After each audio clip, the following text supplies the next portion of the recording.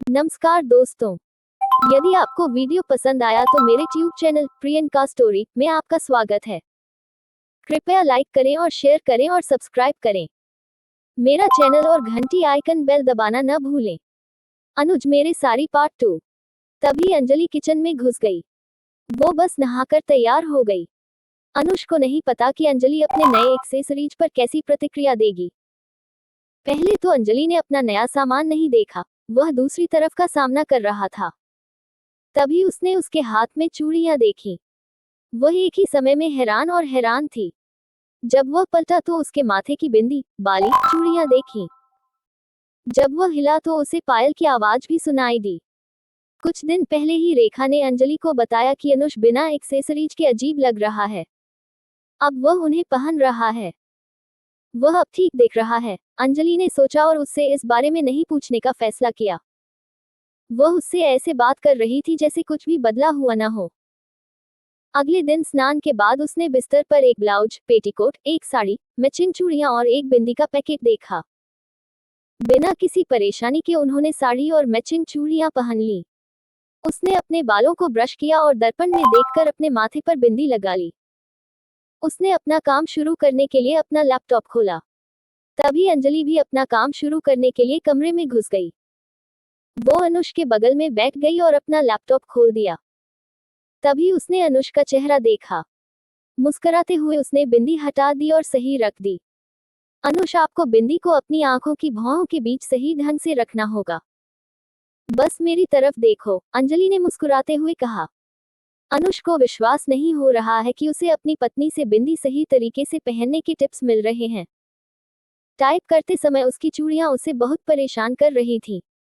अंजलि ने उसे फिर कहा कि टाइप करते समय अपनी चूड़ियां थोड़ी पीछे खींचो। अनुज ने वैसा ही किया जैसा अंजलि ने कहा था और यह उसके लिए बहुत कम मददगार था। लॉकडाउन के बाद से लगभग 1.5 माह हो गई हैं।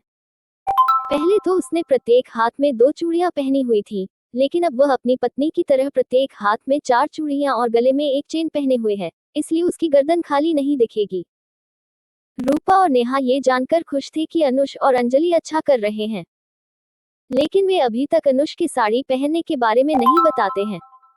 रात में अंजलि, अनुज वीडियो कॉल का जवाब क्यों नहीं दे रहा है? उसे देखे हुए लगभग 2 महीने हो चुके हैं, रूपा ने पूछा। तो बुआ क्या हुआ अनुज के साथ? अंजलि ने झिझकते हुए कहा। क्या उसके साथ कुछ बुरा हुआ? घबराए रूपा से पूछा। नहीं नहीं, ऐसा नहीं। उसके सारे कपड़े तेल की वजह से छलक गए और घर में साड़ियों के अलावा कुछ नहीं मिलता। तो अंजलि ने सकुचाते हुए कहा। तुरंत नेहा समझ गई, अंजलि क्या कह रही थी। कह रही हो अनुज ने साड़ियां पहन रखी हैं? नेहा से जोश में पूछा। रूपा ने आंखें चार कर ली। क्या वह सच है? रूपा से पूछा। हाँ, अंजलि ने कहा। कुछ सेकंड के लिए चुप था और रेखा और नेहा हंसने लगे। तो इसलिए नहीं दे रहे वीडियो कॉल का जवाब? रूपा ने मुस्कुराते हुए कहा। तो साड़ी में कैसा लग रहा है? नेहा से जोश में आकर पूछा। दरअसल वह साड़ी में वाकई में अच्छे लग रहे हैं। उन्हें साड़ी पहने हुए लगभग 2 महीने हो गए हैं। वह अब साड़ियों में सहज है और वह इसे अपने दम पर लपेट सकता है, अंजलि ने कहा। वास्तव में? रूपा को एक्सक्लेम किया। नेहा को भी अब तक साड़ी लपेटना नहीं आता, रूपा बोली। क्या आप कृपया हमें दिखा सकते हैं कि वह कैसा दिख रहा है? नेहा से पूछा। मुझे नहीं पता, वह नाराज हो सकता है। मुझे नहीं पता कि हमें यहाँ कब तक कहना है। अगर उसे पता चलता है कि मैंने उसकी साड़ी की तस्वीरें साझा की हैं, तो वह साड़ी पहनना बंद कर देगा और इस गंभीर स्थिति में घर आने की कोशिश करेगा, अंजलि ने कहा। ये सच है? आपने कहा कि वह काम कर रहा है। तो अपना बैक कैमरा घुमाओ और उसे बिना जाने दिखाओ, नेहा बोली। अंजलि भी मान गई और अपने कमरे में चली गई। वह गंभीरता से काम कर रहा था। वह उसके सामने बैठ गई और उसने ऐसा अभिनय किया जैसे वह इंस्टाग्राम का उपयोग कर रहा था, लेकिन वास्तव में वह रूपा और नेहा को स्पष्ट रूप से दिखाई दे रहा था। रूपा और नेहा दोनों को अपनी आंखों पर विश्वास नहीं हो रहा था। अंजलि ने जो कहा वो सच है। साड़ी में वह वाकई में अच्छे लग रहे हैं। 10 मिनट के बाद अंजलि कमरे से बाहर चली गई। तो वह कैसा दिख रहा है? अंजलि से मुस्कुराकर पूछा। वो सुंदर लग रहा है, रूपा ने कहा। काश मैं होती, रूपा बोली। तो वह कब तक साड़ी पहनने वाला है? नेहा से पूछा। जब तक हम यहाँ हैं, अंजलि ने कहा। क्या उसने शिकायत की? रूपा से पूछा। नहीं, मैंने और माँ ने उसे सहज महसूस कराना सुनिश्चित किया। और इससे कोई बड़ी बात न करें, अंजलि ने कहा। 1 महीने बाद एक त्योहार आया। तो सुबह सुबह अंजलि ने सिल्क की साड़ी पहनी और उसने एक और सिल्क और एक ब्लाउज अनुष के लिए निकाला। अनुष ने कहा कि वह सिल्क की साड़ी नहीं पहनना चाहते, लेकिन अंजलि ने इसकी परवाह नहीं की। स्नान के बाद मुझे फोन, अंजलि ने कहा। आपको इसे पहनना थोड़ा मुश्किल हो सकता है, और प्रार्थना के लिए कुछ तैयारी करने के लिए कमरे से बाहर निकल गए। स्नान के बाद उन्होंने अपना ब्लाउज और पेटीकोट पहना। उसने अंजलि को फोन किया, लेकिन उसने कोई जवाब नहीं दिया। तभी रेखा हाथ में कुछ चीजें लेकर कमरे में दाखिल हुई। अंजलि रसोई में व्यस्त है। मैं तैयार होने में आपकी मदद करूंगा, रेखा ने कहा और सिल्क की साड़ी लेकर उसे लपेटने लगी। उसने सावधानी से उसकी विनती की और उसके पेटीकोट में घुस गई।